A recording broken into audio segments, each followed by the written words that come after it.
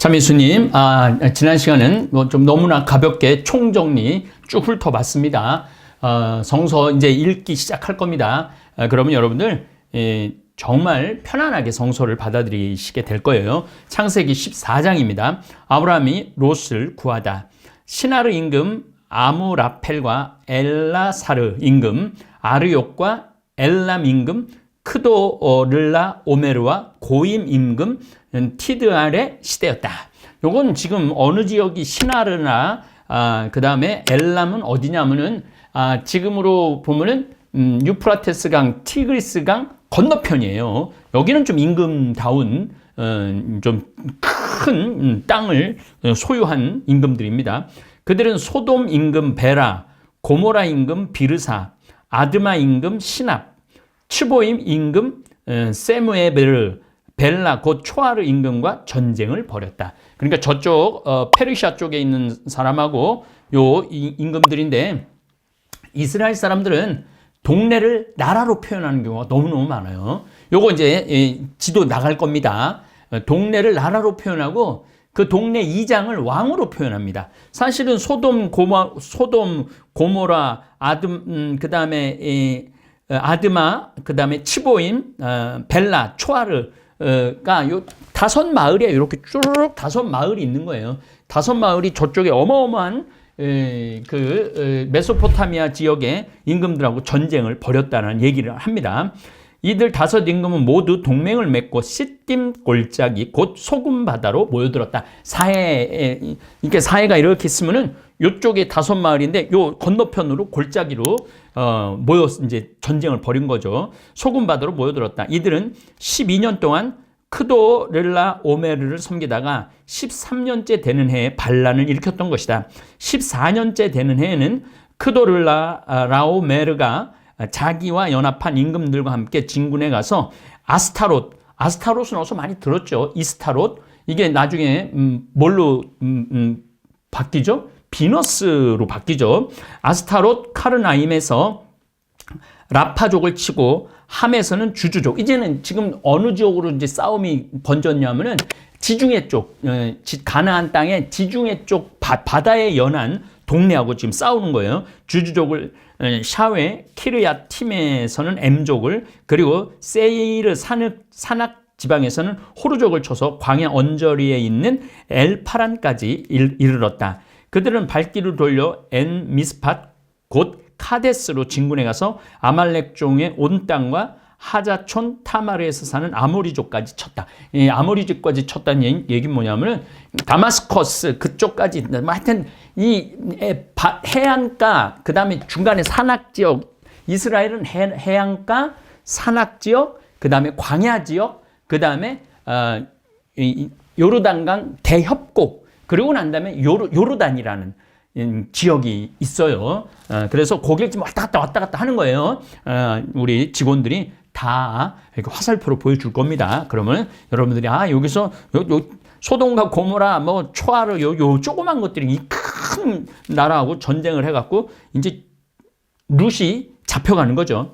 그러자 소돔 임금, 고모라 임금, 아드마 임금, 츠보이 임금, 벨라, 그 초아르 임금이 마주 나와 이렇게 하면 안 돼요. 소돔 2장, 고모라 2장, 아드마 2장, 츠보임 2장, 벨라, 그러니까 응암리 2장, 도돈리 2장, 이렇게 저기 대하리 2장, 이런 정도입니다. 어쨌든 엘람은 굉장히 큰 나라죠. 크도르라 오메르, 고임 임금, 티드알, 시나르 임금, 시나르가 크죠. 아무라펠, 엘라사르 임금, 아르욕, 이 4 임금이 5 임금과 맞섰다.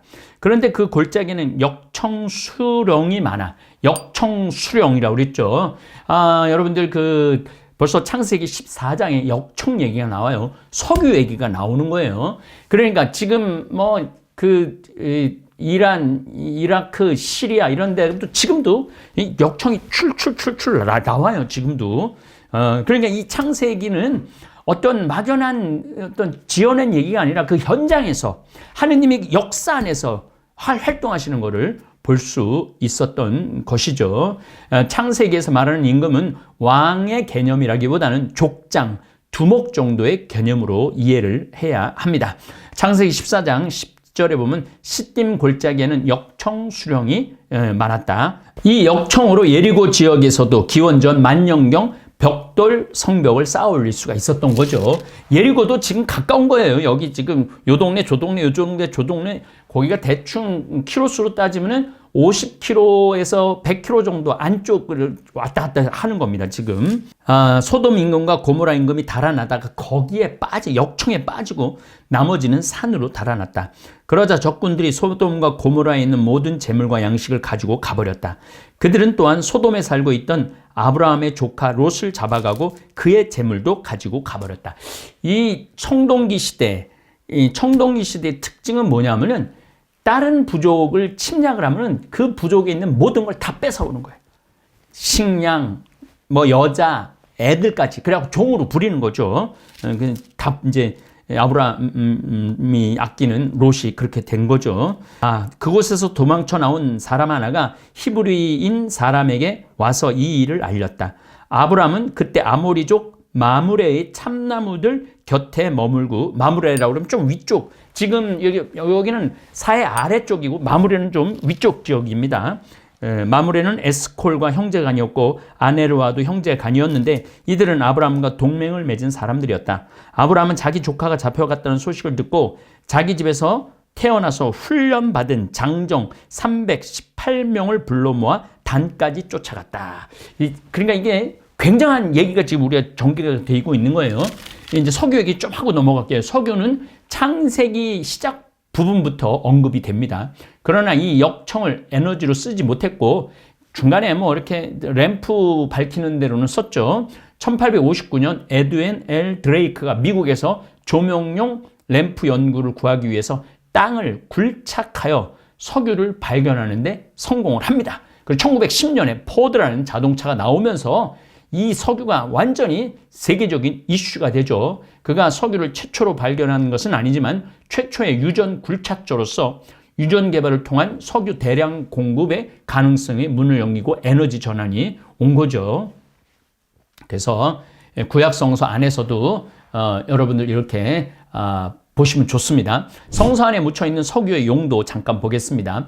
성서에도 이 불가사의한 물질에 대해 기술이 되어 있어요. 모세가 보니 분명히 떨기나무는 불이 붙어 있었으나 불타고 있는 것은 없었다. 출애굽기에 나오죠. 떨기나무 불타는 거 있잖아요. 아마 거기에 제가 보기에는 역청이 있지 않았을까. 역청이 있는데 저도 제 눈으로 직접 봤어요. 이스라엘에서 이렇게 날이 굉장히 더웠어요. 근데 소나무가 있었는데 딱 부닥쳐갖고 불이 나는 거야. 모세가 떨기나무에서 불 보듯이 그 산지, 그러니까 에프라임 산지 걸 지나가는데 그냥 느닷없이 그 나무에서 불이 일어나는데 깜짝 놀랐어요. 저는 아마 모세도 그 역청이 있는 그 떨기나무 있는 데서 아마 그렇게 해서 불 타고 있었을 때 하느님이 그곳에서 당신의 모습을 드러낸 거 아닌가 그런 생각이 들더라고요. 또한 역청이 노아의 방주에 방수용으로 쓰였다고 기록되어 있죠. 제가 이 강의 때 말씀드렸습니다. 기원전 3000년경 메소포타미아 지방의 수메르인들은 이미 아스팔트를 재료로 조각상을 만들었고 바빌론 사람들도 아스팔트를 건축 접착제로 사용한 기록이 남아 있어요. 그래서 그 바벨탑 그게 무너지지 않은 거, 바빌론의 그 하늘문이 무너지지 않는 거 그대로 보존되어 있는 이유가 왜 그러냐면은 흙을 하고 역청을 거기다 넣고 집하고 역청을 넣고 또 이제 벽돌을 쌓고 구운 거죠. 벽돌은 또 이게 그래갖고 그대로 지금 발견이 될 수 있었던 것이 바로 이 역청 때문에 그렇습니다. 또 고대 이집트에서 미라를 싸는 천에도 아스팔트, 역청을 사용했다고 볼 수 있습니다. 또한 석유를 상처에 발라 피를 멈추게 하거나 발열을 멈추게 하는 등 만병통치약으로 사용했다고도 합니다. 이처럼 석유, 역청 용도는 대체로 약용, 도장용, 포장용이나 종교적인 의식에서 사용되었는데 불과하고 말하자면 호기심의 범위를 벗어나지 못했던 거죠. 그러나 우리가 이 역청을 중요하게 여겨야 되는 이유 중에 하나는 이스라엘 민족의 문화 안에 이 역청이 들어갔다는 거죠. 그리고 기원전 2000년경 수메르의 마법사는 석유의 분출과 자유로이 발산하는 가스를 이용하여 미래를 점치기도 했다고 그럽니다. 그래서 성서 안에도 석유가 등장을 한다는 거 여러분들 아시고 있으면 좋을 거예요.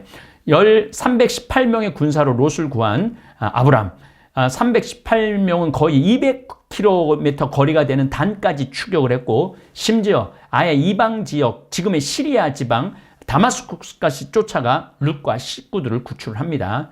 유목민들에게 형제와 가족은 식구, 같이 밥 먹는 사람의 의미의 이상을 갖고 있어요. 유목민에게 형제, 친척은 생명선이야. 내 룻이 내가 없었다. 그럼 내 생명 반이 없어진 거하고 마찬가지야. 그러니까 그 멀리까지 쫓아간 거죠. 구해내니까 하느님의 첫 사제 멜키세덱이 빵과 포도주를 가지고 나와서 첫 제사를 드린 거죠. 이미 신약시대 최후의 만찬 때 빵과 포도주로 새 계약을 맺으신 예수 그리스도의 모습이 서서히 드러나기 시작을 하는 거죠. 아브라함은 자기 조카가 잡혀갔다는 소식을 듣고 자기 집에서 태어나서 훈련받은 장정 318명을 불러 모아 단까지 쫓아갔다. 아브라함과 그의 종들은 여러 패로 나뉘어 밤에 그들을 치고 다마스쿠스 북쪽에 있는 호바까지 쫓아갔다. 이게 다마스쿠스는 어마어마하게 먼 거죠. 이 소돔 고모라는 어느 정도로 아래쪽이냐면 사해 지역 아래쪽 네게부 사막 이쪽에 있는 지역이에요. 그런데 단은 어디까지냐면 부엘사바 지나고 예리고 지나고 그 다음에 예루살렘 지나고 베텔 지나고 사마리아 지나고 그리고 이스라엘 평야 그 나자렛 거기 위까지를 단이라고 그러거든요. 거기까지 쫓아간 거예요. 그러니까 저 사해에서 그냥 엄청 쫓아간 거죠. 제가 얘기했죠. 사촌이라도 유목민에겐 생명의 반이라고. 아브람과 그의 종들은 여러 패로 나뉘어 밤에 그들을 치고 다마스쿠스 북쪽에 있는 호바까지 쫓아갔다. 그는 모든 재물을 도로 가져오고 그의 조카 롯과 그의 재물과 함께 부녀자들과 다른 사람들도 도로 데려왔다. 그러니까 유목민들이 전투력이 어마어마하게 좋다고 제가 말씀드렸죠. 이동 속도도 엄청나게 빠르고 싸움도 잘할 수밖에 없어요. 싸움을 왜 잘할 수밖에 없느냐면은 늑대 사자로부터 양떼를 염소떼를 지켜야 되기 때문에 아주 그러니까 다윗이 이 돌로 이 골리앗 머리 맞춰서 죽인다는 것도 이게 뭐 뻥은 아니에요. 아브라함과 멜키세덱 아브라함이 크도를라 오메루와 그와 연합한 임금들을 치고 돌아오자 소돔 임금이 그러니까 300명 가지고 임금 하니까 제가 말씀드렸잖아요. 이 약소민족, 우리 민족, 대한민국, 한민족, 유대민족 글을 쓸 때 말을 할 때 뻥을 세게 치는 거예요. 임금이라고 그러는 거죠. 소돔 임금이 사회 골짜기 곧 임금 골짜기로 그를 마중 나왔다. 살렘 임금 멜키세덱도 빵과 포도주를 가지고 나왔다. 그는 지극히 높으신 하느님의 사제라는 표현이 나와요. 처음으로 나오는 겁니다. 그는 아브라함에게 축복하며 이렇게 말하였다. 하늘과 땅을 지으신 분 지극히 높으신 하느님께 아브라함은 복을 받으리라. 이 복, 그러니까 이 우리 동네 이 마루둑 신이 우리한테 복을 준다. 이스타롯 신이 복을 준다. 라 태양 신이 복을 준다. 그런데 유대인들의 야훼 하느님은 이 정말 그 복 떠돌아다니는 우리한테 무슨 복을 주냐 이거야. 그럼에도 불구하고 아브라함은 복을 받으리라. 적들을 그대 손에 넘겨주신 분 지극히 높으신 하느님께서는 찬미 받으소서. 이제 누구 입장에서 이제 이 성서가 쓰여지기 시작하면 이스라엘 입장에서 성서가 쓰여져요. 모두 적이야, 적. 이스라엘만 적이 아니고 나머지는 다 적이야. 아브라함은 그 모든 것의 10분의 1을 그에게 주었다. 소돔 임금이 아브라함에게 사람들은 나에게 돌려주고 재물은 그대가 가지시오 하고 말하자 아브라함이 소돔 임금에게 대답하였다. 하늘과 땅을 지으신 분이시며 지극히 높으신 하느님이신 주님께 내 손을 들어 맹세하오. 시로라기 하나라도 신발끈 하나라도 그대의 것은 아무것도 가지지 않겠소. 이게 이제 아브라함이 정의롭다라는 얘기를 하는 거죠. 다만 젊은이들이 먹은 것은 빼고 나와 함께 갔던 사람들 곧 아네르와 에스콜과 마므레만은 저희의 몫을 가지게 해주소. 전쟁을 하면 꼭 몫을 나눠 갔거든요. 자, 이제 오늘 아주 중요한 이게 하가르까지 하려고 그러는데 하가르까지는 좀 어려울 것 같고 아브라함과 계약을 맺으신 거 제가 수도 없이 얘기한 건데 이제 본문 읽는 겁니다. 이런 일들이 있은 뒤 주님의 말씀이 환시 중에 아브라함에게 내렸다. 아브라함아 두려워하지 마라. 나는 너의 방패다. 다른 수많은 강력한 민족들이 있는데 내가 너의 방패다 이거죠. 너는 매우 큰 상을 받을 것이다. 그러자 아브라함이 아뢰었다. 주 하느님, 저에게 무엇을 주시렵니까? 저는 자식 없이 살아가는 몸. 이때까지 자식이 없었어. 75살 때까지 자식 없이 살아가는 몸. 제 집안의 상속자는 다마스쿠스 사람 엘리에제르가 될 것입니다. 먼 사촌이 이제 아브라함이 죽으면 그 금, 은, 소떼, 양떼 다 갖고 간다 이거죠. 그래서 제가 여러분들 유목민은 자기 자식이 굉장히 중요했던 거예요. 그 자기 자식은 생명의 연장이고 삶의 연장이라고 생각을 했던 거죠. 저를 보십시오. 당신께서 자식을 주지 않으셔서 제 집의 종이 저를 상속하게 되었습니다. 그러다 주님의 말씀이 그에게 내렸다. 그가 너를 상속하지 못할 것이다. 내 몸에서 나온 아이가 너를 상속할 것이다. 생명과 재산을 상속한다는 얘기죠. 그리고는 그를 밖으로 데리고 나가서 말씀하셨다. 하늘을 쳐다보아라. 내가 셀 수 있거든 저 별들을 세어보아라. 그에게 또 말씀하셨다. 내 후손이 저렇게 많아질 것이다. 아브라함이 주님을 믿으니 주님께서 그 믿음을 의로움으로 인정해 주셨다. 주님께서 그에게 말씀하셨다. 나는 주님이다. 이거 굉장히 중요한 선언이에요. 나는 주님이다. 주인이다. 너의 주인이다 이거죠. 이 땅을 너에게 주어 차지하게. 자, 복을 주고 땅을 주고 자식을 주고 이게 다야. 구약 성서 안에 이게 복을 주고 땅을 주고 자식을 주는 게 이게 구약 성서 약속 전부야. 그런데 신약 성서에 와서 예수님께서는 하늘나라를 얘기를 해요. 심판을 얘기하고 천국과 지옥을 얘기를 하세요. 예수님께서는. 그러니까 엄청나게 이게 내용이 예수님은 어마어마한 변화를 주는 거죠. 이 땅에서 너에게 주어 차지하려고 너를 칼테아 우르에서 이끌어낸 것이다. 그 좋은 최고의 워싱턴, 맨하탄 같은 데서 그 저기 시골, LA 저 골짜기 같은 그런 데다가 끌고 온 거죠. 아브라함이 주 하느님 제가 그것을 차지하리라는 것을 무엇으로 알 수 있겠습니까? 하고 묻자 주님께서 그에게 말씀하셨다. 제가 수도 없이 읽은 얘기예요. 3년 된 암송아지 한 마리와 3년 된 암염소 한 마리와 3년 된 순양 한 마리 그리고 산비둘기 한 마리와 어린 집부들기 한 마리를 나에게 가져오너라. 그는 이 모든 것을 주님께 가져와 반으로 잘라. 제가 얘기했죠. 계약을 가르다. 잘린 반쪽들을 마주보게 차려놓았다. 그러나 날짐승들은 자르지 않았다. 맹금들이 독수리들이 죽은 짐승들 위에 날아들자 아브라함은 그것들을 쫓아냈다. 해질 무렵 아브라함 위로 깊은 잠이 쏟아지는데 공포와 짙은 암흑이 그를 휩쌌다. 그때 주님께서 아브라함에게 말씀하셨다. 너는 잘 알아두어라. 너의 후손은 남의 나라에서 나그네살이하며 400년 동안 그들의 종살이를 하고 학대를 받을 것이다. 그러나 내 후손이 종이 되어 섬길 민족을 나는 심판하겠다. 그런 다음 내 후손은 많은 재물을 가지고 나올 것이다. 그러니까 하느님이 전혀 새로운 하느님이죠. 복 주고 재물 주고 땅 주는 하느님이에요. 너는 평화로이 내 조상들에게로 갈 것이다. 너는 장수를 누리고 무덤에 묻힐 것이다. 오래 사는 게 복이었어. 구약시대는 영원히 사는 게 복이 아니고 영원히 산다는 거는 누구한테 와서 생기느냐 하면은 예수님에 와서 확정이 됩니다. 그들은 4대째가 되어서 여기로 돌아올 것이다. 아모리족의 제약이 아직 다 차지 않았기 때문이다. 해가 지고 어둠이 깔리자 연기 뿜는 화덕과 타오르는 횃불이 그쪽에 놓은 짐승들 사이로 지나갔다. 계약을 완성한 거죠.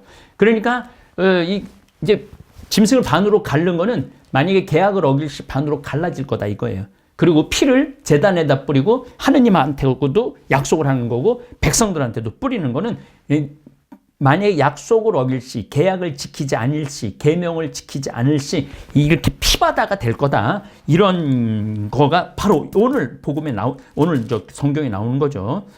그날 주님께서 아브라함과 계약을 맺으시며 이렇게 말씀하셨다. 나는 이집트 강에서 큰 강 유프라테스 강까지 이집트 강 나일강에서부터 유프라테스 강까지 이르는 이 땅을 너의 후손에게 준다. 그러니까 팔레스타인 지역 전체를 거의 다 레반트라고 그러는데 아주 비옥한 초승달에 아주 그 잘록한 부분, 해안가에 있는 잘록한 부분을 다 주겠다. 이 얘기예요. 이는 카인족, 크나즈족, 카드몬족, 히타이트족, 히타이트면 그 위까지죠. 프리즈족, 라파족, 아모리족, 가나안족, 기르가스족, 그리고 여부스족이 살고 있는 땅이다. 그냥 남의 땅인데 주겠다 이거예요. 남의 땅인데 주겠다 이거예요. 이스라엘만의 하느님이 된 거죠. 이제 구약 시대는 이스라엘만의 선택된 민족의 하느님이 된 거예요. 자, 이제 다음에 하가르와 이스마엘 얘기가 나옵니다. 아브라함과 이스마엘 그리고 사라이와 하갈의 문제입니다. 유목민에게 자손이 없어 대가 끊기면 그대로 그 족속은 영원히 사라지게 되는 겁니다. 유목민에게 일부 다처제 제도는 너무나 당연한 제도입니다. 아브라함은 하갈뿐 아니라 쿠투라까지 아내로 맞아들입니다. 그래서 자식들 굉장히 많이 낳죠. 유목민한테는 하여튼 자식이 많아야 돼. 그래야지 뭐를 해. 양떼도 많이 하고 싸울 때 유목민과 유목민들끼리 싸울 때 남자가 많아야 돼. 그래야지 이 오아시스, 르호봇이라고 롯과 아브라함이 종들이 서로 목동들이 싸우니까 우물을 파고 다시는 싸우지 않았다. 그래서 르호봇이라고 불렀다. 우리 동창 모임이 싸우지 말자고 르호봇이라고 우리 서품 29년 된 동창들 이 동창 이름이 안 싸운다고 르호봇이라고 줬는데 29년이 지났는데 아직도 싸우는 것 같아요. 제가 보기에는 동창들은 그렇게 싸우나 봐요.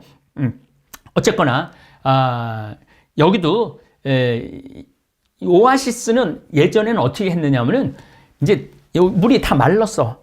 풀도 다 마르고 그럼 다른 곳으로 옮겨가요. 그 8,000km나 되는 어마어마한 초원의 길 얘기를 했죠. 그런데 이제 어디 오아시스를 발견을 했어. 그래서 거기 있는 사람들하고 싸워갖고 그 오아시스를 뺏어야지 살아. 그럼 어떻게 하냐면 거기 있는 남자 다 나와서 여기 이쪽 다른 남자 다 나와갖고 싸워요. 오아시스 안에서는 안 싸워요. 왜냐하면 그게 무너지면은 다 같이 죽는 거니까. 그래서 바깥에서 싸워갖고 하여튼 남자란 남자는 다 나와서 다 싸워. 그래갖고 이쪽 남자 다 죽었고 이쪽 남자가 살아. 그럼 이쪽 남자가 그 안에 있는 여자들, 아이들까지 다 아내로 취할 수 있는. 그래서 일부 다처제가 나오는 겁니다.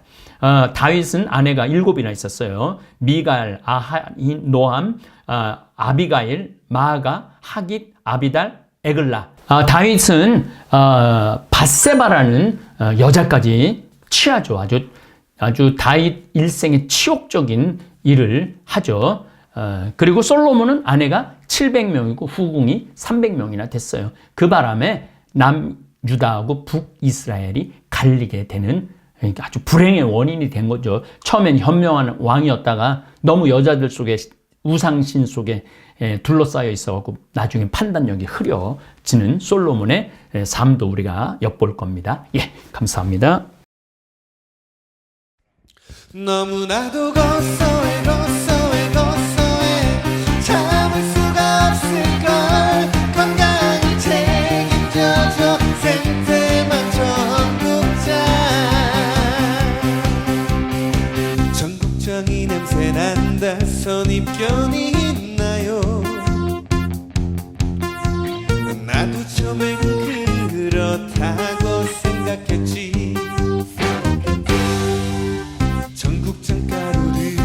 생수에 타먹은